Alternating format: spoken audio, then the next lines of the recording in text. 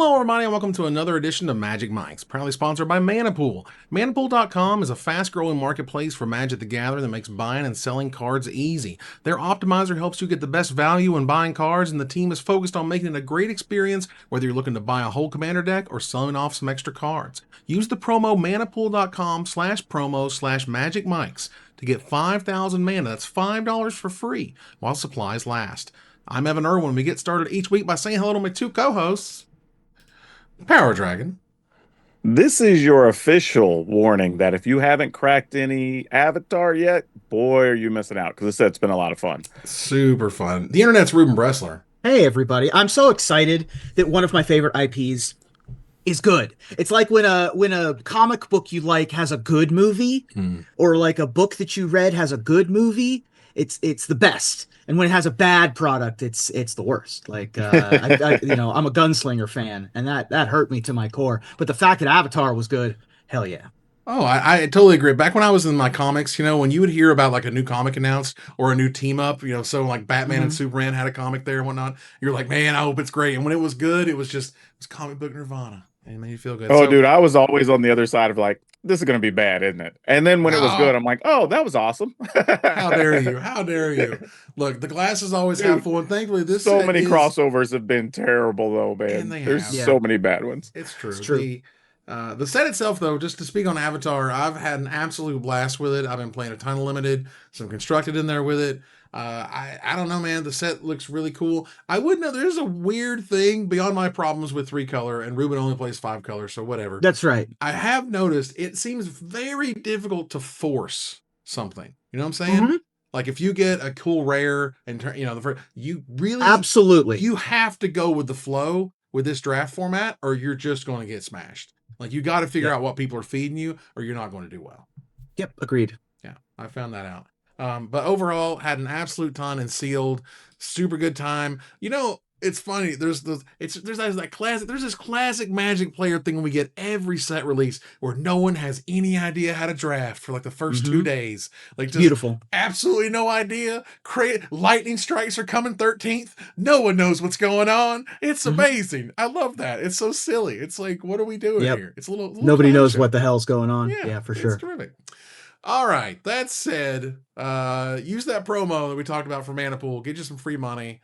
If you missed the pre-show, patrons can access that extended version right after the show. It's posted minutes after we're done here. So if you missed the pre-show, you can get all about that. Or if you're a patron, you can get access to all the old pre-shows. 10 years worth of craziness. What were we talking about 10 years ago? You can go find out. Man, I feel like people are getting tired of hearing me say it, but the Manapool deal is literally just free money. It's free money. Like, I don't know if I've ever worked with a brand where, like, usually if there's a free money thing, it's like, okay, well, you have to do this action, or you have to be a member for this long, or you have to spend so much. Yeah, this is literally like you sign up your account, the points are there. You have $5 in your account. Spend it and buy some Magic cards. Right. Yep. And if it's $5, less than $5 for the whole thing, shipping and whatever, then congratulations. You did it. Like, use the site and check it out. Like, it's weird, I know, but like these things are rare. So yeah, either way, that's awesome. We kick it off with our first pick. We weren't able to do or sort of go over the banner restricted updates that happened because there was a preview week. Avatar showed up, and I'm okay with that because it's at rules. Tinfoil hat time. I think they did that on. I think because even when I saw the date get moved up, I was like, we only move it till right before we're gonna have Avatar drop. Like. Yeah, it got, I don't know, buried in the headlines, but it certainly, made waves and then kind of went away. That said, let's talk about standard first. Now, they did ban Vivi. Vivi Ornatier is banned, thank God. Screaming Nemesis was banned, and I didn't necessarily see that coming, but I'm so grateful for that. I mean, I get it. I understand. That card's a beating. That card was, it did not need to be a 3-3. I've got a gnat flying around my desk. Oh, sure. I think the issue with the card is that it created a permanent emblem. Yes. Yeah. That was the worst of it. And the fact that if you were just like, okay, I'll just take it, 3 damage a whack is a lot. You know what I mean? That's a clock. Yeah. But I'm just thinking, like, had it been if it had damaged you that turn, you can't gain life. So then they could like shoot it themselves or do whatever and work for it to keep you from gaining life would have been fine. Sure. But the fact that it's just like, oh well, now you just never get to gain life. Right. Like that was tough. Yeah. That was tough. Yeah, it's one of those cards like when I remember seeing it, I was like, man, that is that is pushed. You know, that is a very, very seems quite good for sure. It turns out pretty good. And then they did the sly. We know this is probably going to be a problem after we're done with this, which is banning profs eidetic memory. Eidetic memory, yes. Eidetic memory. Okay, so all right. I was Sure. by that. Fine. It's mostly on the back of the blue-red decks already being playable, even if you didn't get Vivi or whatever. Right. Like, that was basically just going to be the next iteration of they were just going to head down that path because those decks were already starting to climb anyway. And it might have been people anticipating Vivi eventually going away of just like, what else could we do with this if we don't have Vivi? So it doesn't surprise me that that's the case. Yeah, so they preemptively stopped a problem.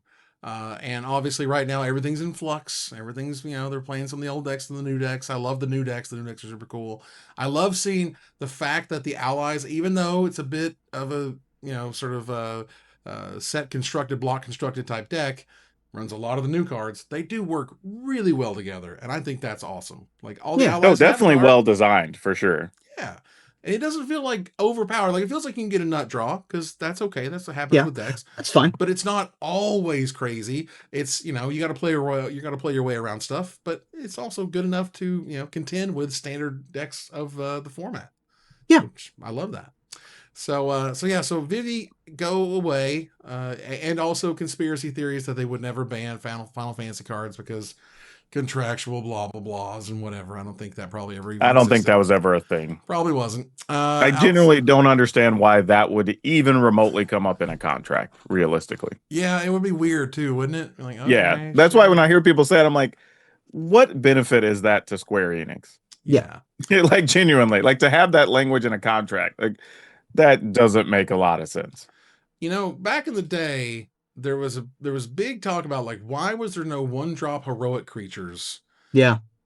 Well, Heartfire Hero showed you why, because Valiant just made it the best heroic ever, and and also on a one drop that requires no mana involvement or whatever. So that got banned in Pioneer, and I'm happy for that.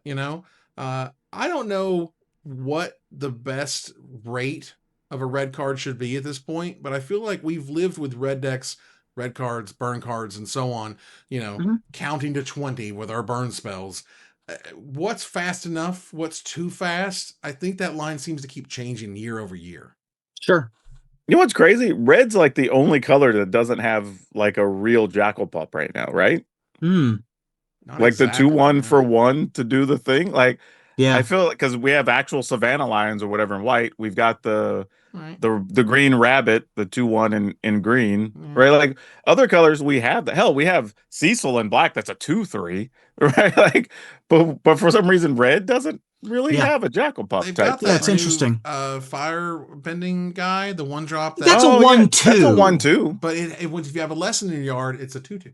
Sure, that's true. Sort of easy to do. Yeah. Just saying, for what it's worth, it's a 1 mana guy that can get for 2 on turn 2. Sure, I accept your terms. Kind of counts. It kind of counts. It's not great, but it's something.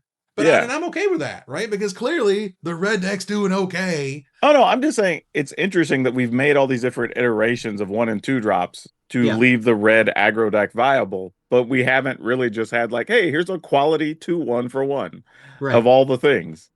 And I'm okay with that because again, when you push mono red too hard, it just becomes annoying. Oh, sure. Sure. But this is another question of like, what is annoying, right? What is too much? Is it about a metagame percentage? Is it about how many turns these games have on average?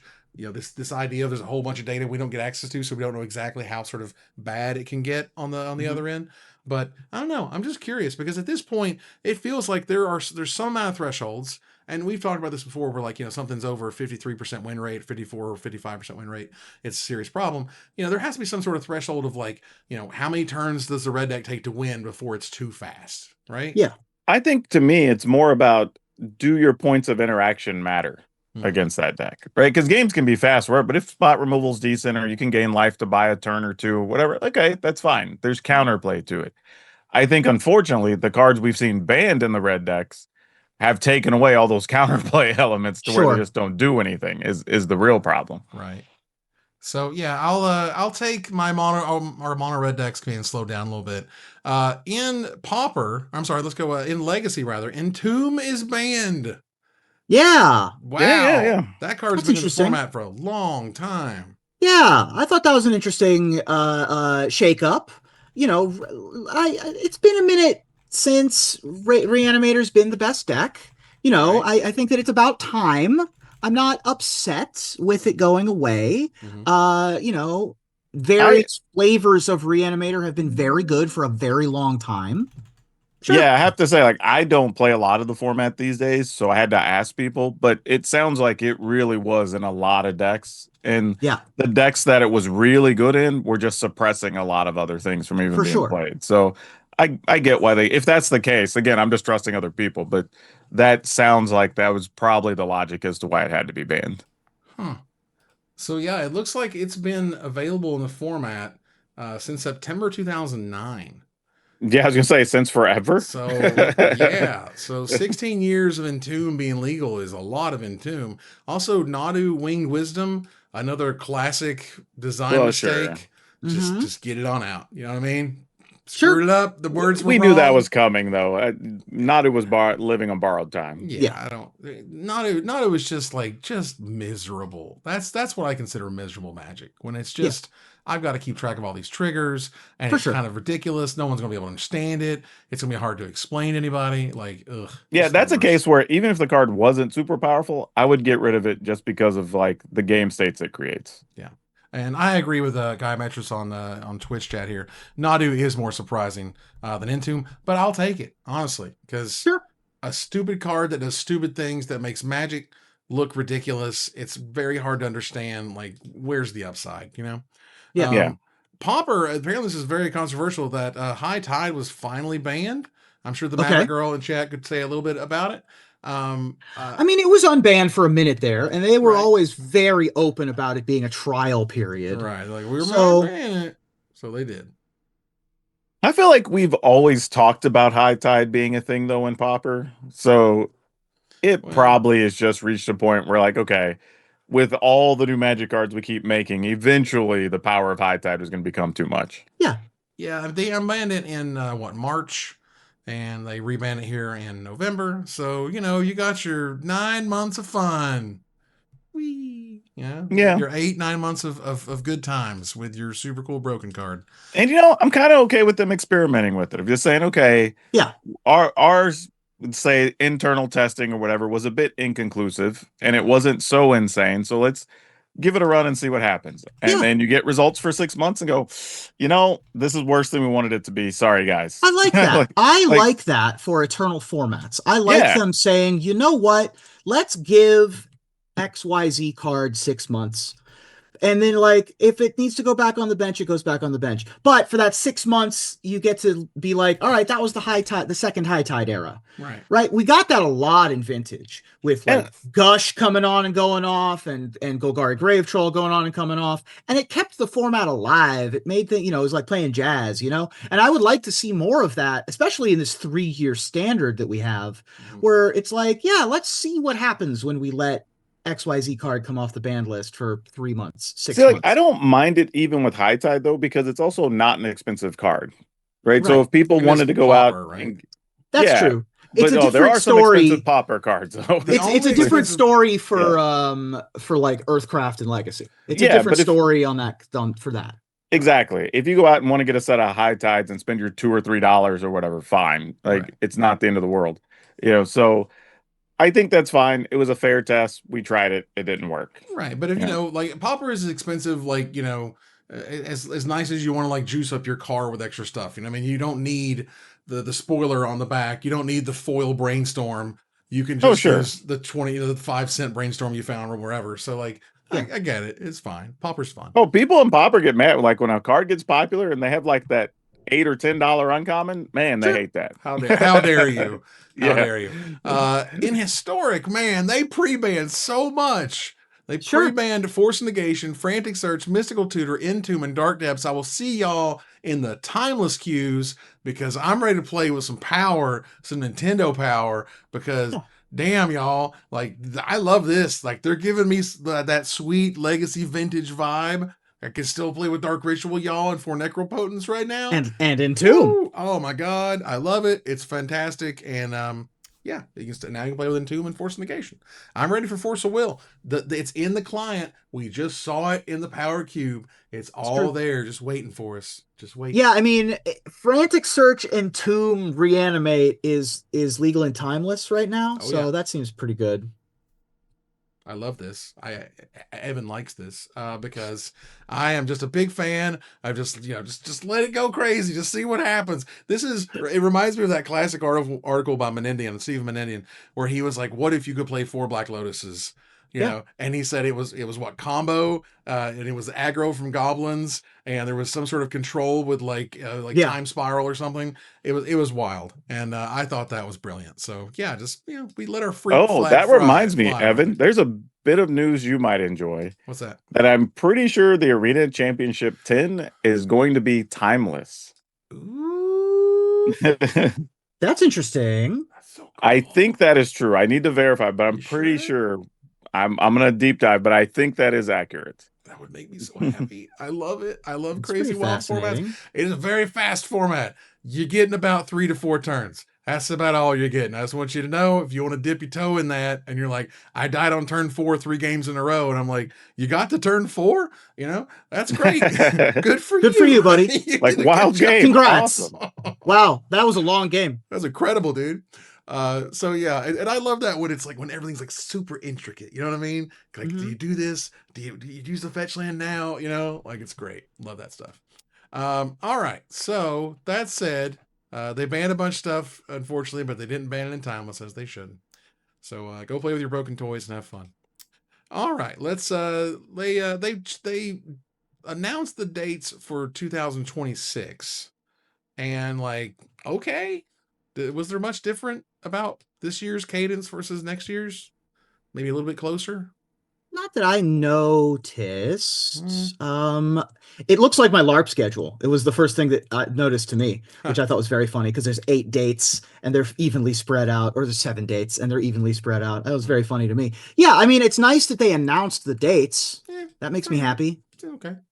I mean, it's a weird thing for me, because I do get what they're trying to achieve, right? They want people to have some security and knowing when or if something will be banned, so they could plan around it or buy a card and take it to their RCQs or whatever it is, right? And I get that. But I'm also okay with just saying, like, hey, if things get out of hand, we just gotta pull the lever, guys. Sorry. Yeah. I have old man magic here, y'all. I've seen it every different way but loose. I've seen every which way they've tried to ban and restrict cards, all the ways they've announced their announcements. Sometimes they've surprised announcement. Like, it's wild. And I'm telling you, from all of my experience and all of my time, the boogeyman that people, they're going to be so upset they can't play with their cards has never been as true as they would rather play in a better format than keep their broken cards, legal. That's all my experience has said. 20 plus years now. Like, it is what it is, I still stand by the fact of anybody going out and buying the most busted card that we know is part of the discussion, and all the creators are talking about it and all the tournament players are talking about it. Like, you already know you're taking the risk, right? Like, we can't be bad. Anybody who bought Vivi in the last month, like, you knew you were living on borrowed time. So, like, yeah, right. And also, like, you can't be mad, right? Right. And again, the thing to me is the culture. You can't tell me that the competitive players in Wizards don't know that the most competitive players buy the least cards. When your format's warped, those bad players aren't buying the cards. The very competitive players are borrowing them from casuals who don't play the format. They don't buy those cards. You want the casuals to play in those formats, in those tournaments. Like, that helps the tournament grow. That helps tournaments happen. Competitive players just be like, okay, whatever, I'll just play the next broken thing. They don't care. And they won't buy singles. They'll borrow it from their friends. Yeah, or they traded in stuff anyway, or blah, blah, blah, right? Absolutely. Those get stored. It's just what it is. Yep. Whatever they have to do. Yeah. All right. We move out of our first pick here to gather the townsfolk thanks to our sponsor, our co-sponsor, Mana Traders. Let me tell you, The best tool to enhance your Magic Online experience. Use the code MagicMikes_4CI for 10% off your next subscription with Mana Traders. That's MagicMikes_4CharlieIndigo. And get yourself 10% off, which is rad. All right, moving on here to Gather the Townsfolk, where we talk about community issues. Honestly, I don't really understand what this means. Wizards of the Coast names TCGPlayer the preferred online marketplace for Wizards Play Network. Is the gist here that they can show if a WPN store or a WPN premium store is a seller? Is that literally the only thing here? Pretty much. I'm serious. Like, is that? Like, I agree. I don't know what this means. The only thing I can see as a actual benefit for the stores is that some number of sales will likely go to those WPN stores because they're not just a backpack dealer. Right. Like somebody goes special badge. Yeah, somebody goes, hey, I can shout out to backpack dealers. These have like a real store, you know, they're back, they run tournaments, they have inventory. Like I can probably buy from them in a more trusted manner. Right. That's probably the game. Outside of that, like, you know, that's what I got. Like that's the best I could take away from this. Like, I guess, you know what I mean? Like, it's fine. It seems weird.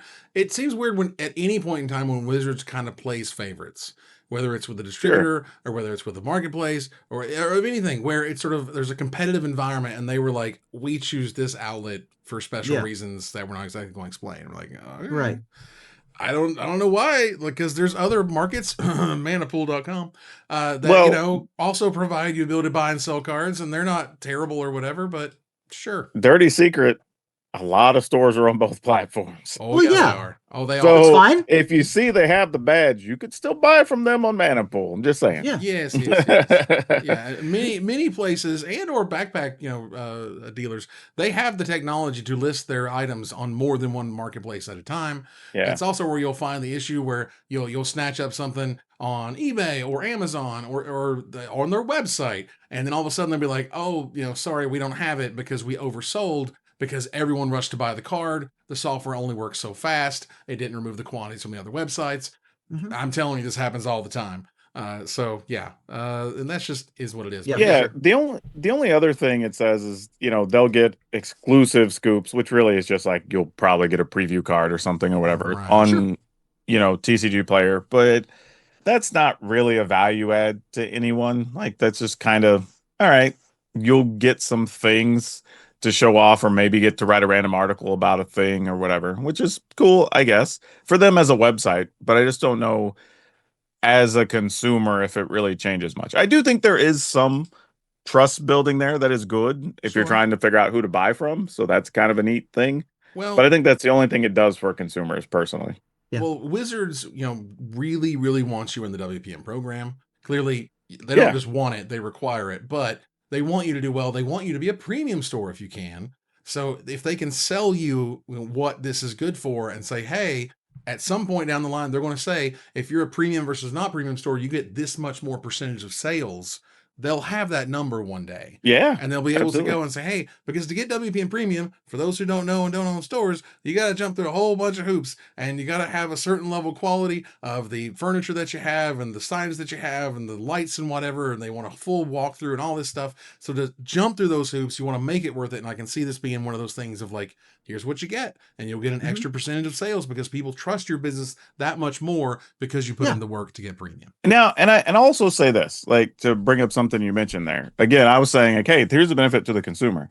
There is a significant benefit to Wizards of the Coast, right? Because I would almost venture to bet that for this deal to happen, there is some information sharing going on. Oh, yeah. Right? Yeah. Sure. And that helps them know, like, hey, when we make this type of decision, is it good or bad for business, right? Because there's always things that Wizards doesn't see, right? In any company, not just Wizards, but we're talking about them in this instance.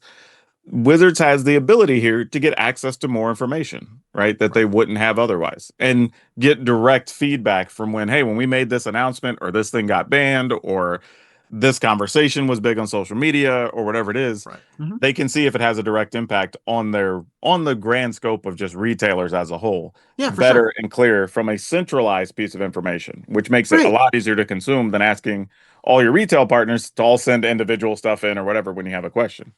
Yeah, to have that sort of kind of hard sale data, and I would bet many dollars that this is the case. That one of the ways this works is you get all of that sales data all at once, and then you can run sort of business intelligence analytics on it. You can really figure out what what your decisions and what your announcements do to the market, and that's just huge. You know what I mean? Like that's a wild piece of data they can use. So that could definitely incentivize them to enter this deal, and the other half is they can sell it to the stores as an upgrade in sales. Awesome. Yep. Everybody wins, as it turns out. All right. So here was something a little weird. I'm not surprised that Magic players were complaining about a bonus that they got just for doing the same old thing they were doing. But there was a promotion for in-store play that says if you play Magic the Gathering tabletop events at your local store, your local Wizards Play Network game store, using the companion app that's linked to your account on Arena, your participation will be counted, and your next login you'll automatically advance 3 wins on your daily and weekly win bonus tracks. Now, largely, this is pretty minuscule. You know what I mean? This is pretty low bar. I will grant you that. This isn't the highest thing. However, it is a bonus. It is a free bonus, and I don't hate free things. I wish it were more, and maybe packs and a draft token, and and a free balloon. But like, ultimately, and a free balloon, if I can just use a companion app that shows I played in an event, and I get something cool when I come home and I start up Arena, that's not the worst in the world, really. I'm gonna be on the exact opposite other side, and this is dumb. Okay. Like, really? Because here's the problem. As a promotion, it needs to motivate people, right? It does not motivate anybody. Yeah, it's not motivating at all. Like, even if it was like, hey, you get a completed daily or a completed weekly or whatever. Cool. Yeah. So then you log in, and you're basically getting the equivalent of a booster pack or 2, right? Like, I get my full 1,000 points or whatever. Boom. I'm at least getting a free pack on Arena. Now that's something. Or hell, just even let me just have a free pack on Arena. Like, whatever. Look, yeah. I think Arju is correct. Give me a wild card. And here, I'll do you one better. I'll do you one better. What you say is you get a rare wild card, but you have a chance to get a mythic wild card. And that's it. Play in 3 games at your local whatever store, your local event, and you'll get that. That's cool. But it has a bigger problem, because the goal here is somewhat also to motivate your retail partners to work with Arena and back and forth, right? Like, we send players in, and the players, when they leave your store, will go back and play some Arena and vice versa. Right. But if I still had my store, like, I'm not even bothering to promote this. I wouldn't even bother to mention it. Like, I don't even want the conversations. I would be more annoyed at having to deal with people bitch about this. You tried to explain what an advanced 3 wins on your daily win bonus. What the hell does that mean? It's so dumb. Whereas you could literally say, like, oh, if you do this and you've played at least twice in the store this month, you get a free booster pack on Arena. Right. Now, look, that's such easy language to understand. Like, why would you even do this? Right. Now, look, I started this on the fact that, like, Magic players don't like free $100 bills where they're folded and so on. Yeah. However, the other half of this is a promotion to get people excited about in-store play. Are you serious? This is the type of crap.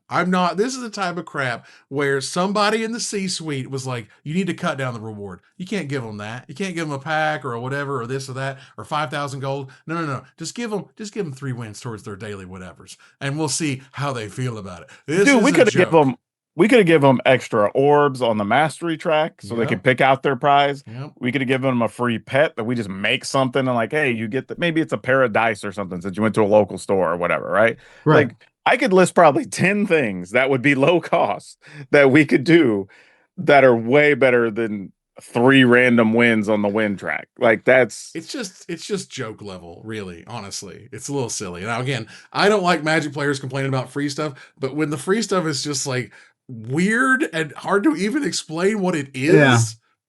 Dude. Let me tell you what this is. Like, this isn't even $100 bill. This is like the one time I went through the airport and I went through the scanner and it went off, and I'm like, man, I don't even understand, because I took everything out of my pockets or whatever. And so the guy's like, yeah, go for it again. So I go back through. still dings. And I'm like, I don't understand. And then the guy looks at me and says, sir, I'm going to give you one more attempt to go through the scanner. And I'm like, oh my God, please, Lord, whatever made this go off. Right. And what then do you know mean what I found? you're going to give me one more attempt? And you know what I found? I found a dime folded in the pocket, like the very edge of my pocket in my thing, just said folded over the wrong way. And that's what this is, that dime. Right? Like it's worth something, but it's more annoying that it exists. You would literally leave the dime behind because it caused you more trouble than it was worth. That's what this is. That's exactly what right. this is. Oh my God, it's just kind of dumb. I don't know. Like I'm not. And I'm generally the positive one. I love having promotions that encourage multiple things, but like this is bad. I'm a marketing dude. It's bad. Give me some promos all day, man. Get like you gotta. I don't know. Again, this is one of those classic make it worse and see what they do. And there were other low cost solutions we could have done, but like we just did not get there on this one. Oh my goodness, we really didn't. A little bit of community news here. Trick Jared, after almost 14 years leaving Wizards of the Coast, just the end of an era. The man who began mananation.com, then at gatheringmagic.com, because back then your URL was like super important for the Google juice, and so that did all sorts of cool things for that. Later roped in as the back end of coolstuffinc.com's content library, the whole thing. So like, and then he's been to Wizards, I think what, almost 14 years, like I said. So, yeah. Incredible time there. I hope he does very well at wherever he's going. I wish him well. Well, he posted where he's going. Oh, where's he going? He's going to Riftbound. Editor-in-chief. Just like everybody. Everybody's moving to Riftbound. A lot of Wizards people. Well, I will tell you, Riot has a lot of money. And I'll just leave it at that. You're telling me. A lot of money. Right. Has a lot of money. Trick is very good at what he does. I'm a big fan of his. We're all big fans of his. Always been in my corner. Always been in the corner of people doing and making. And I wish him all the best. I want to kind of use this because Trick is another example of just like salt of the earth type people that are there at Wizards. And every time I hear people say like, oh, people at Wizards don't care, they don't know what they're doing, I'm like, man, I have been there. I have literally like been in shouting matches over like different things in a meeting room, because everybody's holding their ground and wants a thing to happen or whatever. And not in a bad way. Like everybody just cares. It's just like type A personalities who pretty sure they're correct and won't stop. And I tell people like, dude, I have done so many projects with city groups and everything else where I'm pretty sure I'm the smartest or most creative person in that pile. I'll guarantee you, I wasn't even probably the 10th most creative or smartest person on my floor, much less the building. Man. It's just different. So that's why when I hear people say it, I'm like, man, you need to go just talk to people who work there and ask them about their job. And like, they are invested. Like they're still working for a corporation and everything else. Like, there's some decisions they can't control. There's just business has to be done for investors and whatever, but they care. Like, and Trick is definitely one of those people who, like you were saying, was always backing people on projects and ideas and pushing the next thing and really trying to make everybody happy. And like, dude is just awesome. Yeah. I mean, he was right alongside me, like making an early Magic video back in the day on YouTube and whatnot. So that was a lot of fun. And I ran into him in many events. I went to my first MLS game with Trick. To see the Seattle Sounders. The Sounders. That's awesome. Right. That would be tough for me if I ever moved to Seattle. I'm a Crew fan. Yeah. I don't know that I can go to Sounders games. Bro, the Sounders, their fans unironically get down, man. Like they are a serious bit of fandom at that stadium. Well, go kick butt at Riot, buddy. I'm very proud of Trick for that. Let's go. Good job, Trick. Kick butt, man. Let's go. All right. So I'm gonna skip over a little bit of the other stuff. But I would note, I can't not note, this is a brilliant promotion. When you're telling me on the play scene for Avatar, if I double click on that cabbage stand until it explodes, my cabbages shows up as a message in your inbox to claim your pet cabbage. Yep. That is brilliant. Oh my God, Wizards, do more of that, please. Whoever thought of that is awesome. Integration between the game to your mailbox is incredible. So that's such a cool way to do stuff. I don't know if you saw me to a lesser extent, but Jim Davis to a greater extent has been trampled on a little bit because they added voice emotes Yeah. Yes. to Arena. I love it. No, it's brilliant. And I bought them. I couldn't not. I can't listen. Every time, I'm about to lose, I'm just like, that's rough, buddy. Yeah. It'll quench you. Oh, I do a lot of It's the Quenchiest, let me tell you. Yeah. Sure. This whole thing is brilliant. Now, imagine this, okay? Imagine not just clicking on a thing that either you'd have to know about or stumble into, but just imagine that they're like, look, if you do X, Y, and Z in a game, we'll give you a rare wild card, or we'll give you the special the special art treatment of so and so card, or they know which cards you played the most in Brawl and Standard and so on, and we'll give you a special version of a card that you play a lot of. Like this type of interaction from doing stuff to your mailbox gives you a reward. I think that's brilliant. Let's back up a second. Imagine how many people would be excited about the promotion we just talked about, right? If you could have got the Cabbage pet that way. Exactly. Sure. The same. You know what I mean? Like it would have been that simple. And you can leave both avenues open. You can say they destroyed it and got it, or they went to their store and did the thing through Companion. It's okay for both of those things to be true. Again, there's the weird about promotion sometimes when it comes out of that, but the idea that you interact with the board and it gives you something in game, killed it. Absolutely fantastic. Like we're nerds. We are kings of conspicuous consumption. That's right. Right? We want to just have things. And if there were fans of Avatar and said, I have to go to a local store and play a draft or a standard F&M or whatever to get this character, this avatar, this whatever, like they would have done it. Yeah.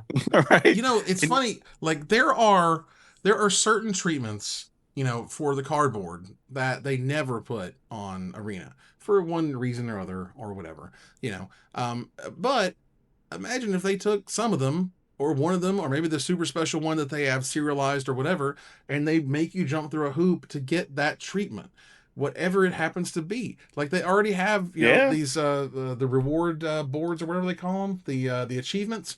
This is just another achievement, but do it on a set-by-set basis to get a really cool treatment that you can't get any other way than to jump through the hoops they tell you. Yeah. Or make a special art promo that goes to the stores, but then you get to tell the players like, hey, if you sign up for Arena, since you played here, you also get this card online. Exactly. Right? And then they get that version. Right? That would be cool. Synergy. You can because if nothing else, people on Arena would start asking like, wait, how the hell did they get that card? Right. Right? Like, what do I got to do to get that? Right. And then they start Googling and they start figuring it out. And they start putting together the pieces. Like this stuff takes a little bit of time, but the more they seem to be integrating with these, these very flavorful Universes Beyond properties, do more of this stuff that just like resonates with the people who love that thing, Like, can I do something for TMNT to get me a slice of pizza as a pet or whatever, let me do something crazy, right? But we'll see. All right. Ooh, let me get the turtle van. Right? Yeah. That'd be so good. Like if you could pull up at the beginning, right? Yeah. Turtle van is great. Dude, have you seen the Appa? I just saw that today. Yeah, I saw the Appa today. All the way down. I'm like, oh, dude. Appa's dope. I love it. Real Look, good, in Splash Damage here, where we talk about Magic, but not quite Magic. The Riftbound, preview season included a whole bunch of Magic creators, as I understand it. And that's the way they're launching part of this game, is I think to have that crossover between Magic and what ideally would be a Riftbound. I think a couple of other creators in other games also got them. A few other creators. Were the only ones. Yeah. But, Yeah. But were... there was a lot of Magic creators. Graham Stark had a video about him getting flown down to Malibu. And in that video, you saw Krim and you saw Brian and Olivia and you saw, just a murderer's row of Magic content creators. For sure. Yeah, and that type of thing, it's funny when you do that type of sort of promotional thing, it's definitely not free, and it's definitely not free to the creators either, because they have to stop making content, stop streaming, go do that thing, give their time, give their attention, ideally get some content out of it, and then they got to fly back and all that time to travel back that they're still not making content and so on. Mm-hmm. And I know there's people who like turn down opportunities because they're like, I can't stream or make content for 4 days, and that's just going to wreck my wrecks my metrics, and it wrecks YouTube doesn't like me anymore because I messed up the way I upload videos. There's a whole bunch of reasons why you can't go. So to pull that many people, A, I think that shows the pull of Riot. B, the hype around the game. And I think people are excited whenever there's any sort of new game. People want to know about it, like what's cool about it, what's neat Yeah, about of it. course. And I think they've done a very good job, at least so far. I think at really making the hype real, and B, and including the right creators to communicate what the game is about without Riot having to be the only mouthpiece of explaining what the game is. Yeah, for sure. So I think they did well there, and they rocked it. And if you guys played the game, let us know. I would love to know. Join our Discord and tell us about it at $1 or more on Patreon. You can chitter chat with us. That'd be great. Otherwise, we are going to turn the corner here to the finisher. All right, let's see here. Now, as we have just mentioned, League of Legends Riftbound is on its way from the Summoner's Rift. We've reported on Pokemon, Yu-Gi-Oh!, Hearthstone, Flesh and Blood, Marble Snap, One Piece, Lorcana, more than one Star Wars TCG in the time we've been broadcasting this little podcast, and more over the 9-year history of what we're doing here. So tell me, how can Riftbound stick around as long as Magic the Gathering, Ruben? I mean, there's no way to know, but hashtag that Hearthstone money came and went. Flesh and Blood came and is still here, technically. Yeah. The big Lorcana hype train came and went, but Magic is forever. Why? One word. Well, 2 words. Rose water. Yeah. So all Riftbound needs to do is to find an out-of-work Hollywood comedy writer / comic book store employee to pluck from the Northern Hollywood Burbank area. Man, if only I knew someone who fit that description. That is a pretty specific set of skills. It is. Very specific. Power Dragon? Yeah, so Riot obviously has made a lot of good games in League, Arcane, Riftbound. And they kind of take their time when it's time to make new projects for those. So why break the mold? So I recommend they wait as long as possible, as they did with the release of their second game after League of Legends, which was Teamfight Tactics, which I play a little bit of. So if they take my advice, you can expect the second set of Riftbound right around 2035. Look, there's so much gameplay in that first set. You have no idea. You'll be mining it for years. Look, many games have attempted to approximate the magic of Magic, but none have really done what Riftbound is doing personnel-wise. Starting with Dave Guskin and continuing with everyone like Trick, Diana, and hundreds of MTG creators. So I think they're doing everything right because this is the way it was done the first time. So I'm excited for this new creation of League, the Legendsing. That's right. Fair. Let's go. Fantastic. All right. And that said, that ends another live episode of Magic Mics. Thanks for joining us here to discuss all things Magic. Thank you, Power Dragon. Hey, always good to be here. I'm going to be playing a lot of Avatar. I have like 8 more decks I got to play. And don't forget to go get your free $5 from Mana Pool. That's right. Links down below. Thank you, Ruben. Thank you. And if you're going to be at PAX Unplugged this weekend, I'll be walking around representing Cinevore Games, which is the game company that I work for, and talking to, working on my pitches. I hunt contracts across the savannah, so I'll be doing that all weekend. But if you see me, stop me and say hi. I'd love to talk to you. I'm sure you'll have promotional material that you can provide. That's right. to the I fans. peddle wares. He peddles the wares. As we move to our final slide, I want to thank our primary sponsor, manapool.com. Go to manapool.com/promo/magicmics and get your free money. Our co-sponsor, Mana Traders, my co-host Power Dragon and Ruben Bressler. Viewers like you for watching or listening, please follow, like, tweet, favorite, share, subscribe to everything social that tells people we exist.